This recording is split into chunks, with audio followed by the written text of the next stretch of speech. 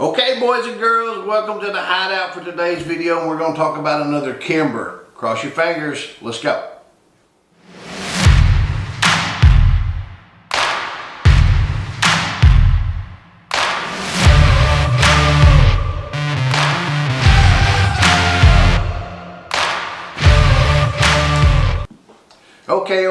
Okay, it's a beautiful day in the neighborhood, or it's a beautiful day here in the hideout, but today we're going to talk about a Kimber Rapide.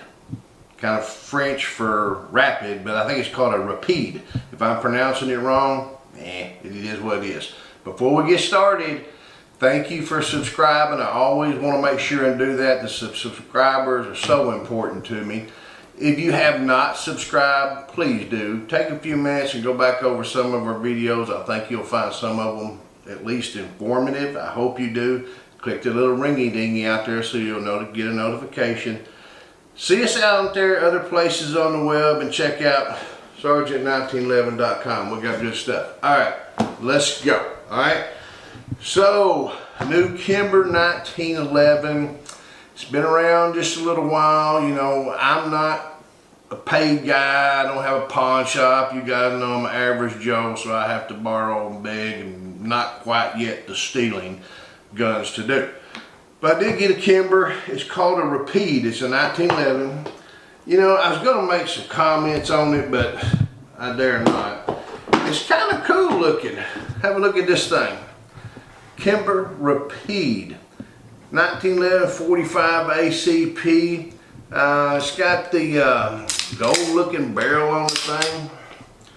Kind of cool looking. But I tell you one thing that I can tell you right now about this Kimber that is different than I've seen in the past. This thing is tight. It is really tight. There is no wiggle or jiggle anywhere. Now, that may be alarming when we get outside, because you get one that's really tight.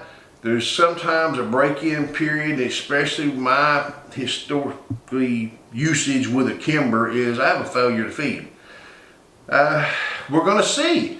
This slide feels a little slicker than a lot of the other Kimbers I've used right out of the box, but man, it's tight. The fit of it, I'm going to see if we can zoom in and see, and you may not be able to see it, but I want someone to zoom in right here at this part of the handgun and look at how tight all of these parts fit together there. They're extremely tight. There is no wiggle or jiggle. This thing is fitted well. It's well fitted. It's tight. You know, let's kind of start at the front and work our way back. You see that gold barrel sticking out the front? It is colored gold. It's got some kind of coating on it called TN. I'm not familiar with it, but you know, I hear it's going to make it easier to clean. It is a match grade barrel. It does have some serrations in the front. It does have some serrations in the back. You know, let's talk about, there is no rail. The slides have what they're calling lightning cutaways in them, and you can see them. This is very distinctive to the handgun. You can see them. You can see the gold color of the barrel in there. It's the top is cut all the way across for a large opening there on the top of the handgun. You know, pretty nice looking handgun. One thing I do like about it right off the hand, you know, it's a full-grown toy. This is a man's gun. It's not polymer, it's not plastic, and it does weigh 20 plus, close to 30 ounces, somewhere in there. You know, it's that beat your ass with it thing. If I run out of ammo, keep the boys back down. I like it. There's going to be a couple things you guys know I'm not going to like. I'm not going to like the ambidextrous safety. It does have ambidextrous safety on it. That's all fine and dandy. It's got some nice checkering on the back. It's different. It's not checkered. There are big grooves cut in here. You see these right here maybe. It's got a big bump on the beaver tail. The beaver tail's cut nice and deep for this big hammer spur to come down into. It's got that spur that goes way down into the hammer there. You see where it's going down in there deep like that. The trigger, it is metal, it's aluminum, it's skeletal.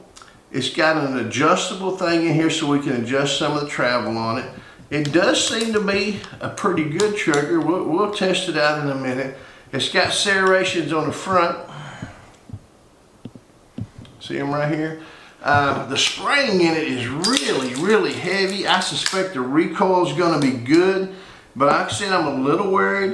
Look at the Magwell. Got a nice opening on the Magwell. I like that Magwell. The pistol grip, you know, but let's form around the pistol grip, I guess is what I'm saying. Look at the cut right here underneath the pistol. You know, sometimes we see one, let me grab something to point with, that this is cut up so you're higher on the axis. And I don't know if this is just my mind, but I do not see this cut up in there, but it is awful high for the magazine release. And let me turn it this way, you can see better what I'm talking about. There's no groove cut up in it, as to say, but it is high. So I'm thinking that we're probably going to be up pretty high on the axis of the barrel, but it's not visually represented there, so I'm not going to be so sure until we get out there and start firing. You know, the spring is nice and strong, like I said, the recoil. Now, I had a friend of mine pick it up the other day while we're talking about this, and the G10 pistol grips on this thing, he did not like. I like them. He did not like them because the way his thumb fell into particular mode here, or the grip, he said it felt gritty and he didn't like the way it felt. So take a look at what I'm talking about right here. There's a cut in for your thumb right here for the magazine release. Now I'm trying to comprehend what he's talking about. This is not gritty, this is smooth as can be.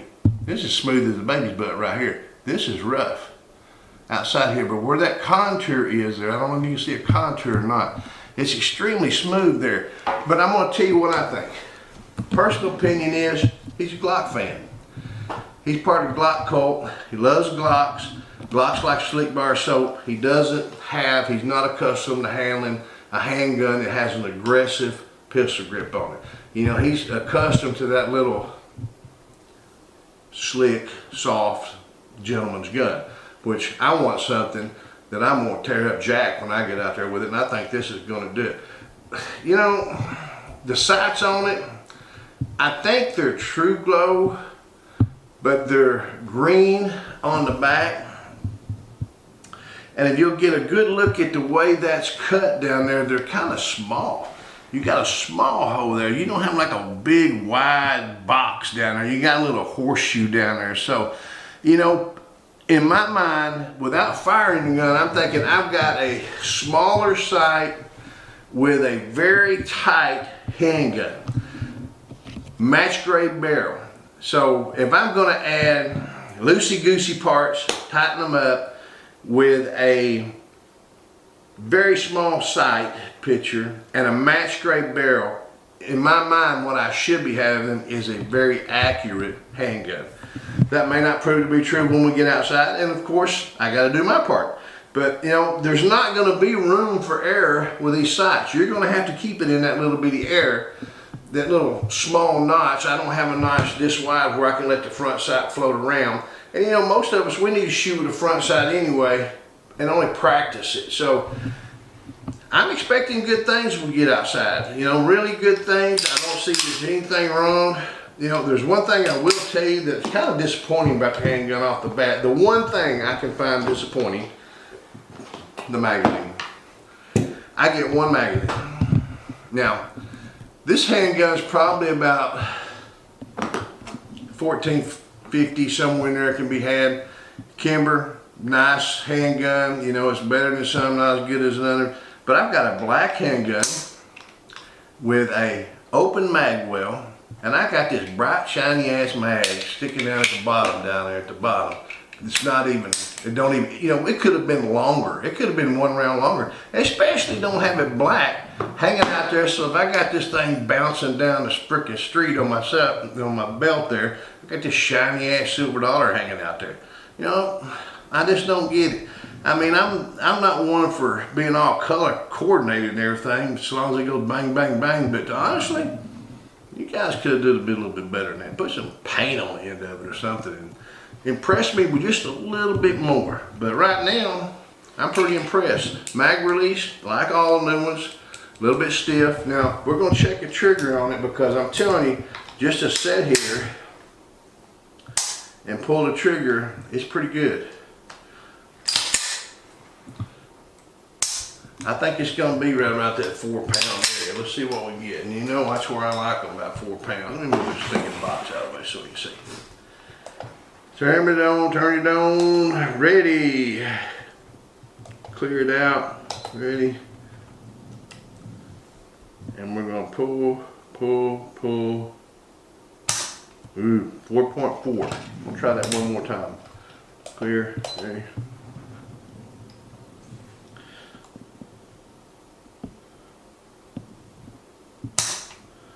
4.0. So you know we are right down there at that 4 pound mark. I think a little bit of fire and it'll loosen up a little bit. Full size, I like it. I tell you what, this time just go put it to the test. Let's go outside. You know what time it is? It's bang, bang, bang time. Okay, here we are outside the hideout with the Kimber Rapide. Or I may be trying to say it in French. Rapide, whatever. You know, 1911 full-size 45 ACP stainless steel frame, all blacked out, G10 grips, open Magwell, barrel match grade, sexy looking. Glow in the dark green sights on it. I think they're True Glow. You know, we just opened it up out of the box. You know, one of the comments I made inside was they give me this bright silver magazine. But then I just robbed another one off the bench. Look at this. Doesn't that look so much better for a magazine? You know, and if you don't want to pay to put the little piece of plastic on there, just give me a black one. Just a plain old black one. That looks so much better than other things going out there. But you know, I'm going to tell you the good and the bad, in my opinion, what you're going to get. So I'm going to go ahead, put the ears on. I'm going to shoot a couple rounds, see how it goes. Now, one thing I'm going to tell you real quick, you guys who've watched my channel know for a while, I've always had a problem with Kimbers when they're new with a failure to feed. I don't know if that's going to happen now, but I look in here and this barrel does not have a feed ramp built onto the barrel. So, you know, I'm just shooting cheap 230 round round nose HOOAH ammo. We're going to see what it does. I hope that we have a Kimber that we don't have a problem with. So, and you know, all of them work out. All of them work out, and it just gives you the enjoyment, I guess you could say, of getting to fire them. But the frustration of it not firing when a new gun doesn't always tickle me to death. All right, let's see. Them sights are really cool looking.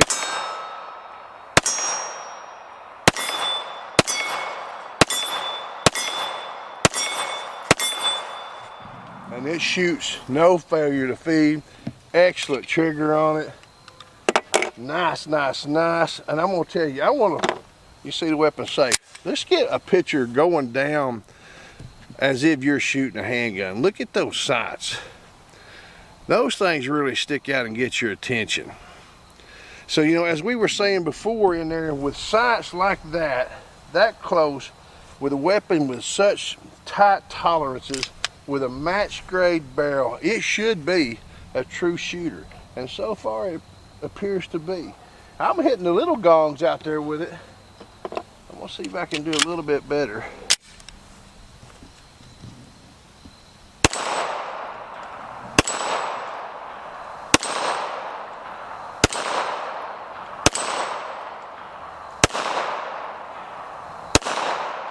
Missed two. You know, I'm enjoying shooting it so far. Look at the bad guy.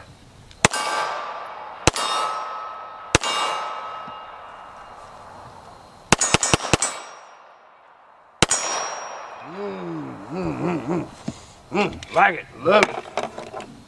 Another magazine. There you go.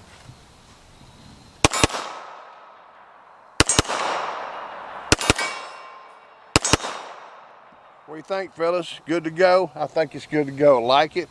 If you get an opportunity, pick one up. See what I'm gonna do though. I'm gonna cut you guys loose while I load some more magazines and have some more fun. So until we shoot again, shoot straight, shoot safe. HOOAH.